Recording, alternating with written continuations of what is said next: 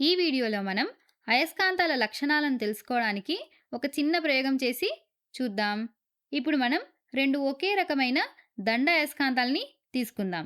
ఇక్కడ చూడండి, స్క్రీన్ మీద కనిపిస్తుంది కదా. వీటి మీద ఎన్ మరియు ఎస్ అని రాసి ఉంది. ఎన్ అంటే ఉత్తర ధ్రువం, నార్త్ పోల్ అని, అలాగే ఎస్ అంటే దక్షిణ ధ్రువం, సౌత్ పోల్ అని అర్థం. ఇప్పుడు మనం ఒక అయస్కాంతం యొక్క ఉత్తర ధ్రువంని రెండో అయస్కాంతం యొక్క దక్షిణ ధ్రువంకి దగ్గరగా తీసుకెళ్దాం. చూడండి, అవి వెంటనే ఒకదానికొకటి అతుక్కుపోయాయి. చూడండి, అతుక్కున్నాయి కదా. దీన్ని బట్టి మనకేమర్థమవుతోంది? విజాతి ధ్రువాలు అన్లైక్ పోల్స్ ఎప్పుడూ ఆకర్షించుకుంటాయి. ఇప్పుడు మనం ఈ అయస్కాంతం యొక్క దక్షిణ ధ్రువంని రెండో దాని దక్షిణ ధ్రువం దగ్గరగా తీసుకెళ్దాం. చూడండి, అవి అతుక్కోవడం లేదు, అయస్కాంతం దూరంగా జరిగిపోతుంది. సరే, అయస్కాంతం యొక్క ఉత్తర ధ్రువంని ఉత్తర ధ్రువంకి దగ్గరగా తీసుకెళ్దాం. చూడండి, అవి అస్సలు కలవట్లేదు, ఒకదాని ఒకటి వికర్షించుకుంటున్నాయి.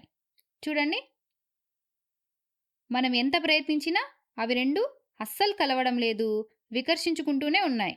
అంటే సజాతి ధ్రువాలు, ఉదాహరణకు ఉత్తర ఉత్తర ధ్రువాలు లేదా దక్షిణ దక్షిణ ధ్రువాలు ఎప్పుడూ వికర్షించుకుంటాయి. ఇప్పుడు మనం మరో పరికరాన్ని తీసుకుందాం. దీనిని అయస్కాంత దిక్సూచి మ్యాగ్నెటిక్ కంపాస్ అని అంటారు. దీనిలో ఉండే ముళ్ళు కూడా ఒక చిన్న అయస్కాంతమే.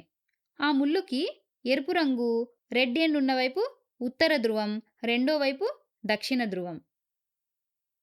ఇప్పుడు మనం దండాయస్కాంతాన్ని ఈ దిక్సూచికి దగ్గరగా తీసుకెళ్దాం. అయస్కాంతం యొక్క దక్షిణ ధ్రువంని దిక్సూచి యొక్క ఉత్తర ధ్రువం దగ్గరగా తీసుకెళ్దాం. చూసారా, ఆ ముళ్ళు ఎలా ఆకర్షించబడిందో? అయస్కాంతం ఎలా తిప్పుతుంటే ముళ్ళు కూడా అలా తిరుగుతోంది. దక్షిణ మరియు ఉత్తర ధ్రువాలు కాబట్టి ఆకర్షించుకున్నాయి.